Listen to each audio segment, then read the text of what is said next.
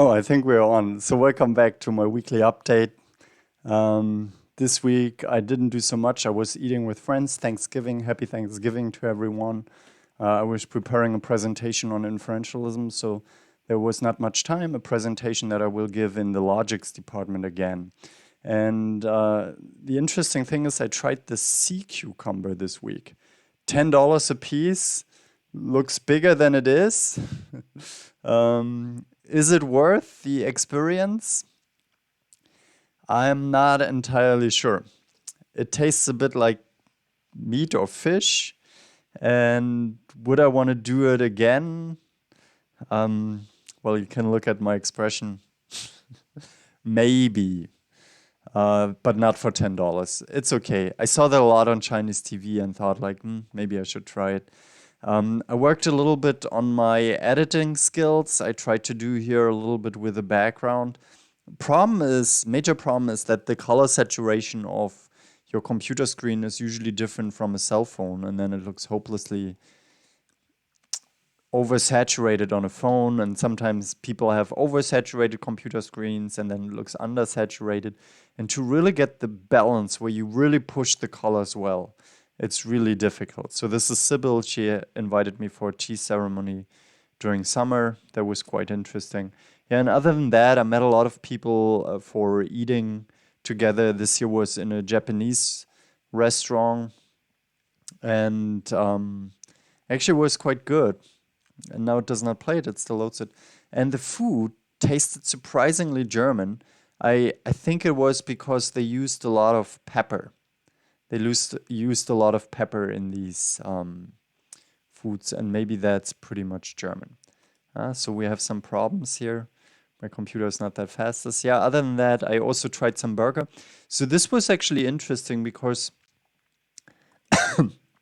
sorry, the burger they had, he used a German sauce for it in China, and he claimed this makes the burger very good because he's using this German sauce. So that was at a nightstand somewhere out there in China. Hardworking people are hardworking. So, okay, but what are my recommendations for this week? I started to binge watch this show, which is called Seven versus Wild. And it's a German show, so maybe you can watch it with subtitles. Let me see if I can put subtitles on here, maybe in English. I wish it were in English. German auto-generated. Let me see. Can I change it to English? No, it's auto-translate. And then you probably can. So it's automated, like it's two levels of automation, right? That can just create bullshit, right? I mean, like you have like auto-generated subtitles from listening to the German, which in like say 2% of the cases gets wrong, and then like the translation gets wrong in maybe 2% in the cases, but it just multiplies itself and it can really hinder the meaning, right? I had once a girl, I can show the screenshot, like she wrote to me in Chinese and I can auto translate that. And I said, "Hey, where have you been?" And she wrote that she went to bed, but I didn't realize that she like it translated it into "I have masturbated." Okay, so let's look here. Let's look a little bit into the show. Hey Leute, ich bin's Fritz und willkommen bei Seven vs. Wild.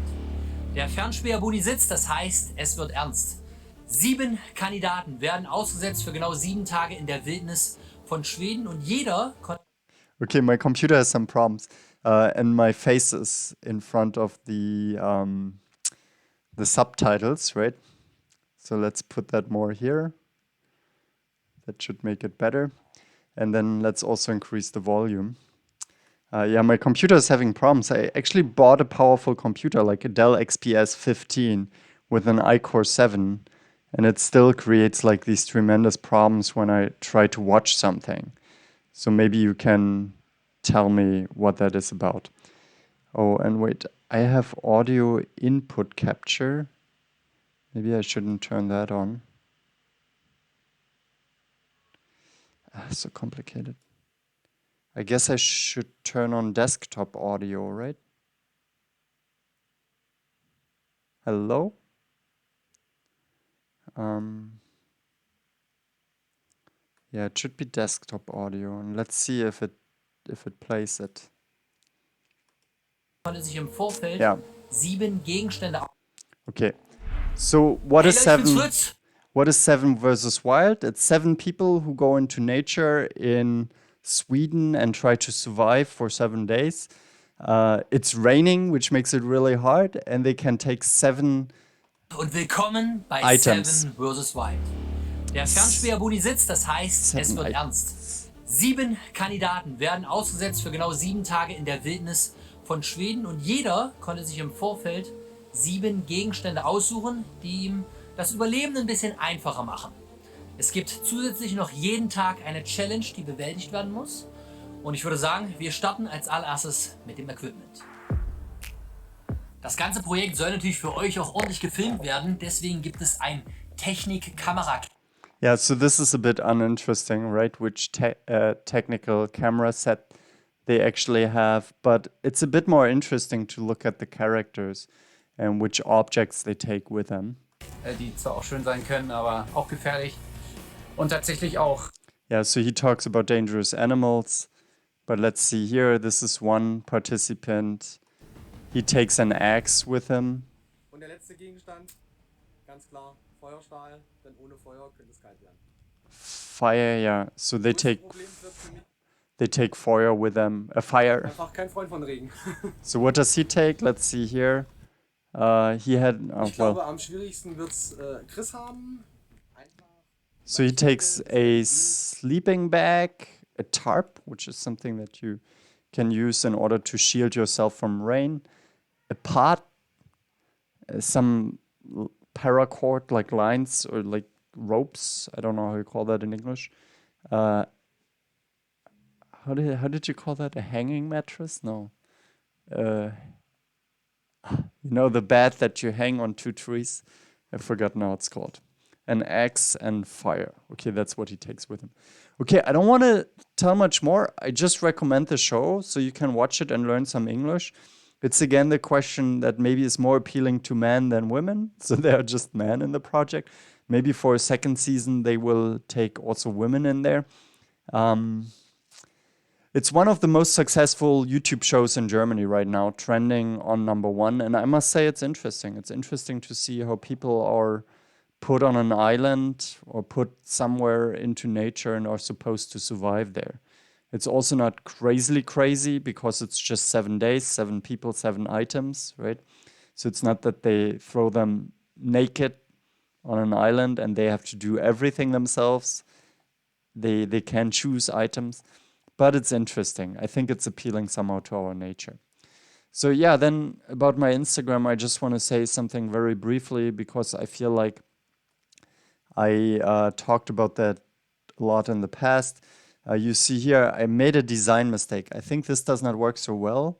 I want to actually compose 5, but you see here, the Instagram, because it's a square, it cuts off like some of the picture that I did and just changes the look of the picture, and it will take away the aesthetics from my channel. Therefore, I will change that. And my plan is in the future to also make work easier for myself. I want to have these 9 picture posts, right? And then doing a 9 picture post again is a lot of work. So every second time, I will just post 3 pictures in between, like here. And I think it will still create a certain dynamic and a certain overview. So, and it is really about decreasing the level of work I have to put into, and on the other hand, increasing the aesthetic value of my channel. So did I get more followers? Yeah, again, like about 90 followers. I didn't really focus on that, though you can see here, I followed about like 180 more accounts. Same on my other channel. I got like now I added, well, it seems I just added here 24 new viewers, okay. And here, surprisingly, I gained 40 more. That was because of a mistake, but it's not necessary to explain. I have to say, I became a little bit lazy with doing the Instagram challenge, like posting 3 new pictures every day. it is because I became too perfectionist again. And that's indeed a problem. Once you become perfectionist, you stop producing and then you do nothing. And once you do nothing, you also don't start to improve anymore. And once you don't improve anymore, you are not satisfied with what you do anymore. And that means you even do less then. So, and that's maybe the thing. Productivity comes first. So having a channel where you're just productive, and then having a cycle that introduces it into your long-term projects. That may be the best way. And that is also something you can see at 7 versus Wild, because what I found interesting was that some people really struggle and they have like these negative attitudes, right? But then the people with the positive attitudes, they just I'm sorry, they just build. By the way, also something else that I want to recommend, vitamin D3. I was struggling with health for years and years and years, and I tried to eat healthy. And I was always skeptical of supplements because I was falling for these left wing, sorry to people from the left wing, to the left wing arguments that you actually don't need all these chemical pills. Like if you have a good nutrition, that will be already enough. But you know what? I came to the conclusion that that is not true. I was falling for a wrong narrative. So the base of my nutrition are now supplements. And then I just try to add, if I can, healthy components, like healthy foods like vegetables and so on. But other than that, I eat pretty normally, I would say. Maybe a bit too much sugar. I would say sugar is my big problem. Yeah, and my health, I don't get sick anymore. And like before, I was sick like every week. I felt like always exhausted. And it was just because I had a vitamin D deficiency. And I think the amount of work I have to perfectionally put into in order to achieve the same level of health instead of just using vitamins is just too much. And so like I can really recommend supplement vitamin D if you get sick often. And there's a lot of research that backs that up. I mean, be careful. Don't overdose vitamin D because it's a hormone. But how much do I take? I take like 800 IU every day. And that's like my friend who's a doctor, my ex-girlfriend, she said, this is incredibly underdosed. But for me, it incredibly helped. And I have okay, that's like personal experience. I agree. That's not always reliable, right? But I had several instances where I was taking it in my life. I drank vitamin D juice before, and I didn't realize that I was doing it. It was orange juice, and at that time I was healthy too. And now, like connecting the dots, it seems vitamin D is my lifesaver, and I just became more productive. And again, the idea is that this scheme of productivity that I have for Instagram also applies here. It's really the question, where do I do something regularly and in a good way instead of doing something perfectly? Yeah, and there's another thing that I want to point out. This is an interesting video. Is your smartphone spying on you? From a channel that is called Sumsub. And now, what is the interesting thing here? Also a lot of left-wing people I know. Well, I mean also right-wing people, but maybe I don't know enough crazy right-wing people. And I just know more left-wing people, and so I know more crazy left-wing people. But they're always like, yeah, big pharma, big companies are spying on you. And this guy here, he just tested whether your smartphone is listening to you. And people come up quickly, they say, oh yeah, we talked in that conversation about that. And next day I got on Facebook a commercial for it. And I didn't do anything else. Well, he tracked all of his conversations and he did some experiments, and he showed in a quite convincing way that smartphones don't track us. And he has also some more plausibility arguments. For example, that smartphones, if they recorded us, would just use so much data, which would just be expensive, and it would cost enormous amounts of energy to do that all the time. So it's not economically meaningful right now. But however, this channel in general is interesting. Sumsub, he makes some more interesting videos. For example, also how you can disappear. Yeah, so this is something I recommend too. And then last but not least, I watched finally No Time to Die last week. Uh, and I saw a lot of people criticizing the Bond movie, but I have to say I really enjoyed it. I really watched it, and of course the beginning was a bit weird that they shoot at him with machine guns and he doesn't get even like no bullet hits him, right? And he just doesn't die. But it's okay. It's a Bond movie. That's what it is, right? And I think it dives into his emotions well. So, I mean, the character is appealing. Daniel Craig is appealing, right? You want to know what goes on in that kind of series. And it has some surprises at the end. And by the way, there's another question about spoilers, right? And I will do some extra videos about movies that I watched in the past, but it seems first I have to get like the slowness in order.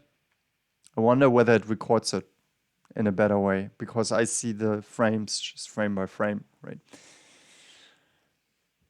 Yeah, so about spoilers, I also want to talk in the future. I won't give you spoilers right now, but I heard that having spoilers does not decrease your movie experience.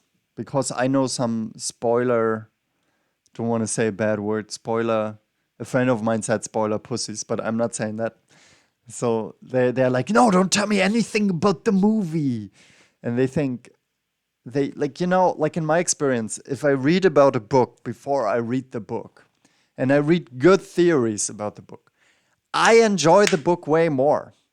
And like, yeah, of course, maybe you don't want to spoil what's a movie that everyone knows? What's one yeah, Fight Club.